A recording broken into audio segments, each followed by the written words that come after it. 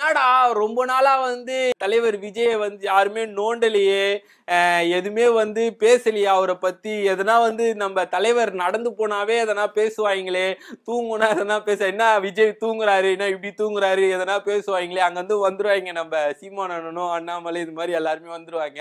என்னடா ரொம்ப நாளா இந்த கரூர் பிரச்சனை ஆன அப்புறம் வந்து கொஞ்சம் அப்படியே கேப் விட்டாங்க எதுவும் நோண்டாம.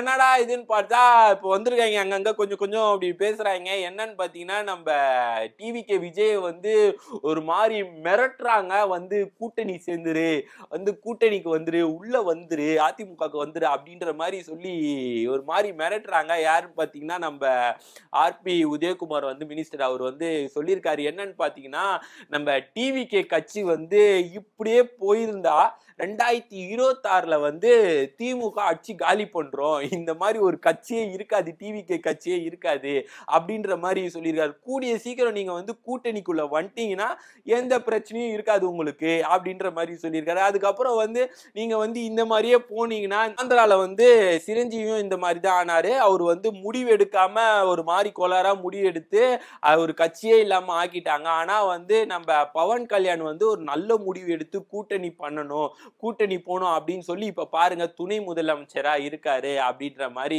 சொல்லியிருக்காரு.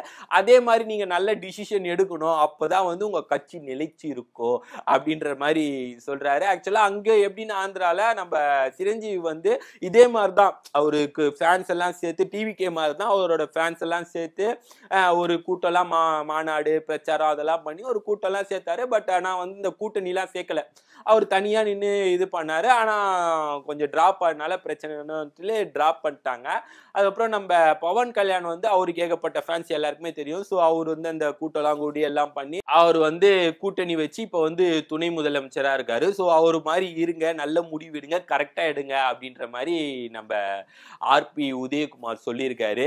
ஸோ இதை வந்து சொல்ற நிறைய பேர் சொன்னாங்க. நம்ம செல்லூர் ராஜா சொன்னாரு, ராஜேந்திரன் சொன்னாங்க, எல்லாருமே வந்து கூட்டணிக்கு வந்துரு அப்படின்ற மாதிரி சொன்னாங்க. இதனால வந்து என்னன்னா இன்னும் விஜய் வந்து அதை எதுவும் பேசல, என்ன ஏது எதுவும் வாயே திறக்கல, பாட்டுல அமைதியா தான் இருக்கு. அதான் நாங்க வந்து ஸ்டார்டிங்கே சொல்லியாச்சு, இப்ப கூட்டணிக்கு வந்தா நான் தான் முதல்வரா இருப்பேன், மத்தபடி நான் கூட்டணிக்குலாம் வர மாட்டேன், நீங்க வேணா வாங்க கூட்டணிக்கு, உங்க கட்சி நல்லா இருக்கும், நான் முதல்வரா இருக்கேன், நீங்க துணை முதலமைச்சரா இருங்க அப்படின்ற மாதிரி சொல்லியிருந்தாங்க. இப்போ வந்து சும்மா கூட்டினே இருக்காங்க, என்னதான் நடக்குதுன்னு பார்ப்போம். அப்போ வந்து ஃபர்ஸ்ட் வந்து உங்க கட்சியிலேயே வந்து ஒழுங்காவே இல்லை, உங்களுக்குள்ளேயே அச்சுன்னு இருக்கீங்க. இப்போ ஓ பன்னீர்செல்வம் இல்ல, செங்கோட்டையில யாருமே இல்ல, ஃபர்ஸ்ட் நீங்க ஒன்னா இருங்கப்பா, அதுக்கப்புறம் வந்து எங்களை வந்து கூப்பிடுவீங்க வர வைப்பீங்க.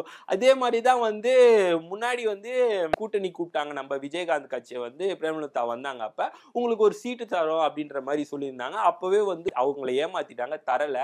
இந்த மாதிரி உங்க மேல நம்பிக்கையே இல்லாம எப்படி நாங்க வந்து கூட்டணிக்கு வா நீங்க அப்படி சொல்லுவீங்க.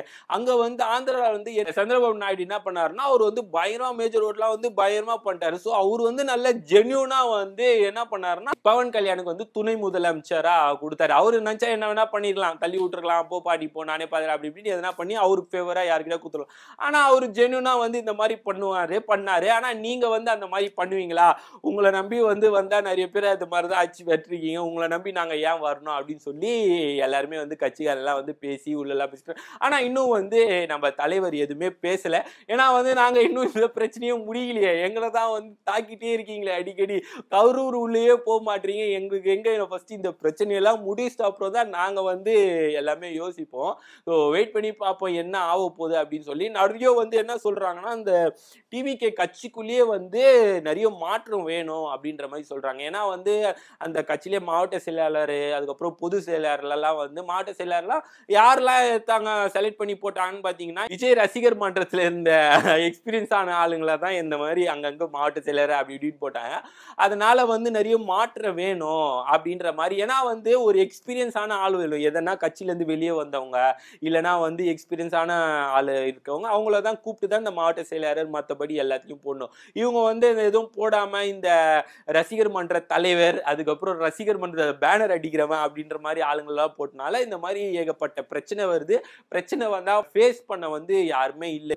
எக்ஸாம்பிள் இந்த பொதுச் செயலாளரே வந்து நம்ம உசியானந்தே வந்து பிரச்சனை வந்தோன்னே எங்க போனாருன்னே தெரியல, எங்கேயோ போயிட்டாரு. அதுக்கப்புறம் பிரச்சனை எல்லாம் முடிஞ்சோடனே வந்தாங்க. ஸோ இதெல்லாம் வந்து கொஞ்சம் சேஞ்ச் பண்ணணும் அப்படின்ற மாதிரி சொல்லியிருக்காங்க. இதெல்லாம் எல்லா பிரச்சனையும் முடிச்ச அப்புறம் தான் பிரச்சாரம் ஒன்று ஸ்டார்ட் பண்ணுவாங்க. அது வந்து பிரச்சாரத்துக்கு வந்து ஏகப்பட்ட ரெஸ்ட்ரிக்ஷன் மாதிரிலாம் போட்டிருக்கோம், என்ன பண்றன்ற மாதிரி பேசிட்டு இருக்காங்க. வெயிட் பண்ணி பார்ப்போம் என்ன நடக்குது அப்படின்ட்டு. கூட்டணி போவாரா போக மாட்டாரா, என்னதான் நடக்குதுன்னு பார்ப்போம். ஸோ உங்களுக்கு என்ன தோணுதுன்னு சொல்லி கீழே கமெண்ட் பண்ணுங்க.